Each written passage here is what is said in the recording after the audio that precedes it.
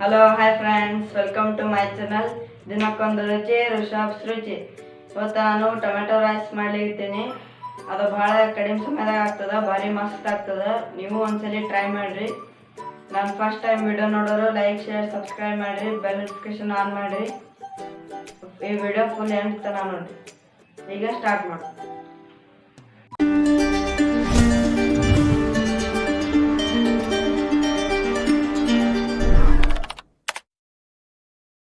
Tomato rice ಮಾಡಲಿಕ್ಕೆ ಏನೇನು ಬೇಕು ನೋಡೋಣ.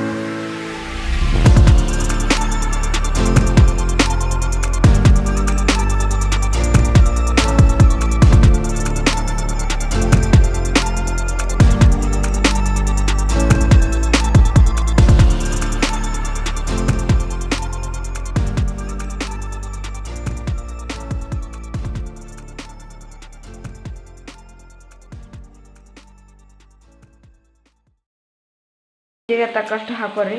ನಾನು 1 ಚಮಚ